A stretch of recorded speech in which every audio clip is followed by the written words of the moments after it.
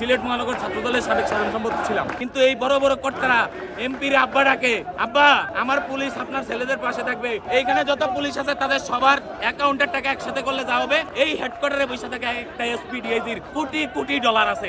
আমার সংসারটা ধ্বংস করে দিছে না, আমার বউ চলে যেতে বাধ্য হয়েছে এদের কারণে। আমার পোশাক ফিরিয়ে দে, নইলে বিষ ফিরিয়ে দে, স্বামীর বুঝার একটা নির্বাহী আদেশ চাই, আবু সাঈদ মুক্ত, শেষ হয়নি যুদ্ধ, আবু সাঈদ মুক্ত, শেষ হয়নি যুদ্ধ। যাদেরকে একটা গুতা দিলে চাকরি চলে যায় তাদেরকে ইউজ করে জনগণের কাছে পুলিশকে ভিলেন বানাই দিচ্ছে। আসলে পুলিশ ভিলেন না, এই যে জনগণ জনরোষান হলে যে আমার এতগুলো পুলিশ মারা গেল, এইগুলো কিন্তু এই পুলিশের দোষ না, এই বড় বড় কর্তারা তাদেরকে বাধ্য করছে। অনেক পুলিশকে পিছন দিক দিয়ে গুলি করে মেরে ফেলছে এই আন্দোলনে, এই পুলিশে। এই যে বিষয়গুলো জনগণ জানে না, জনগণ পুলিশকে মনে করে শত্রু। আসলে এরা শত্রু না, এরা ভালো কাজ করলো দোষ, মন্দ কাজ করলো দোষ। গত পরশুদিন আপনারা জানেন এই যে এই কি বলে ইবতেদায়ী শিক্ষকরা, তাদের গায়ে পুলিশ হাত তুলতে বাধ্য হয়েছে না? পুলিশের কোনো ক্ষমতা নাই যদি ঊর্ধ্বতন কর্তৃপক্ষ আদেশ না দেয় গায়ে হাত তুলো। তাহলে বুঝতে পারছেন কারা? জনগণের প্রতি আপনাদের এটার মাধ্যমে দায় থাকবো যে এই যে পুলিশ দেখেন, মানবিক পুলিশ, দেশপ্রেমিক পুলিশের অভাব নাই আমার বাহিনীতে, কিন্তু আমাদেরকে ভালো কাজ করতে তারা দেয় না। তারা আমাদের সাথে বেইমানি করে, তারা আমাদেরকে ছুটি যাইতে দেয় না। আমাদের বেতন থেকে কাটিং কুটিং থাকে, কাটিং এর কোনো শেষ নাই। 16,000 17,000 বেতন পায়, আবার বলে কাটিং। কিন্তু এসপি ডিআইজিদের কলমের আগার ভিতর বুঝছেন অমুক নেতা ফোন দিচ্ছে কোটি টাকা হিসাব করে, কিন্তু এই কনস্টেবলরা 5 টাকা যদি কোথা থেকে নিচ্ছে এটাও তার অপরাধ। বুঝতে পারছেন? পুলিশ একমাত্র বাহিনী, যেই বাহিনী কোনো কাজের বিনিময়ে স্বাভাবিকত মানুষ যদি খুশি হয় কোনো কিছু দেয় সেটা নেয়, জোর করে নেয় না। কিন্তু উপরের মহলে যারা বসে আছে আমাদের পোস্টিং বাণিজ্য, আমি যদি কোনো ধরনের তার কথা মতো না চলি, আমার পোস্টিং মানে আমার জীবন নিয়ে টানাটানি, কি করবো আমি? এই ভিকটিম পুলিশের অনেক সদস্য আছে যাদেরকে বিগত সরকারের আমলে, যেমন আমি সিলেট মহানগর ছাত্রদলের সাবেক সাধারণ সম্পাদক ছিলাম। এই যে আমি অন্যায়ের বিরুদ্ধে কথা বলি, আমি যখন পুলিশের পোশাক পরি তখন এই দেশের কোনো রাজনৈতিক নেতার গোলাম আমি না, আমি আপনাদের সাধারণ জনগণের গোলাম। এই প্রত্যেকটা পুলিশ সদস্য সাধারণ জনগণের আপনজন। কিন্তু এই বড় বড় কর্তারা এমপির আব্বা ডাকে, আব্বা আমার পুলিশ আপনার ছেলেদের পাশে থাকবে, টেন্ডারবাজি গুন্ডাবাজিতে এই পুলিশকে আপনারা ব্যবহার করবেন, আমরা তো আছি। কোটি কোটি টাকা এদের অ্যাকাউন্টে, এইখানে যত পুলিশ আছে তাদের সবার অ্যাকাউন্টের টাকা একসাথে করলে যা হবে, এই হেডকোয়ার্টারে বসে থাকে একটা এসপি ডিআইজির কোটি কোটি ডলার আছে, কোটি কোটি টাকা আছে।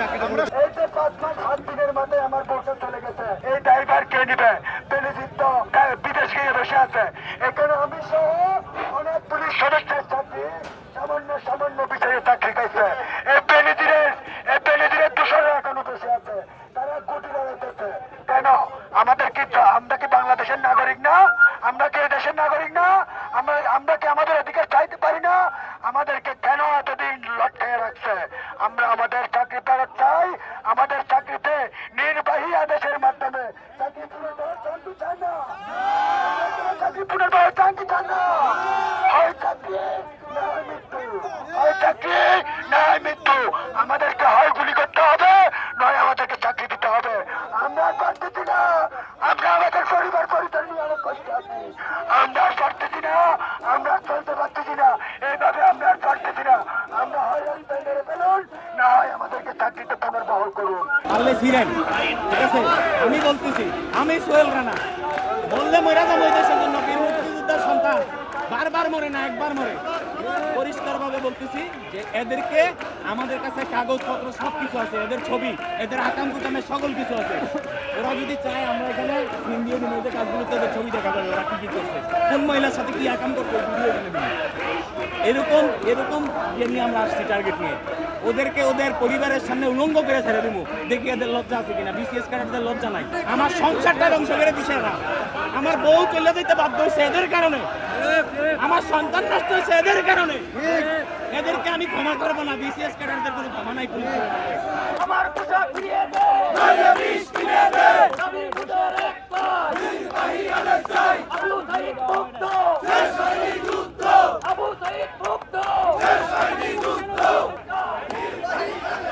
নির্বাহী আদেশ চাই, আমার পোশাক ফিরিয়ে দে, নইলে বিষ ফিরিয়ে দে, আমার পোশাক ফিরিয়ে দে, নইলে বিষ ফিরিয়ে দে, আমার পোশাক ফিরিয়ে দে, নইলে বিষ ফিরিয়ে দে, স্বামীর বুঝার একটা নির্বাহী আদেশ চাই, নির্বাহী আদেশ চাই, স্বামীর বুঝার একটা এক দফা এক দাবি মানতে হবে, মানতে হবে, এক দফা এক দাবি মানতে হবে, মানতে হবে। আমাদের দাবি আমাদের দাবি আমাদের পোশাক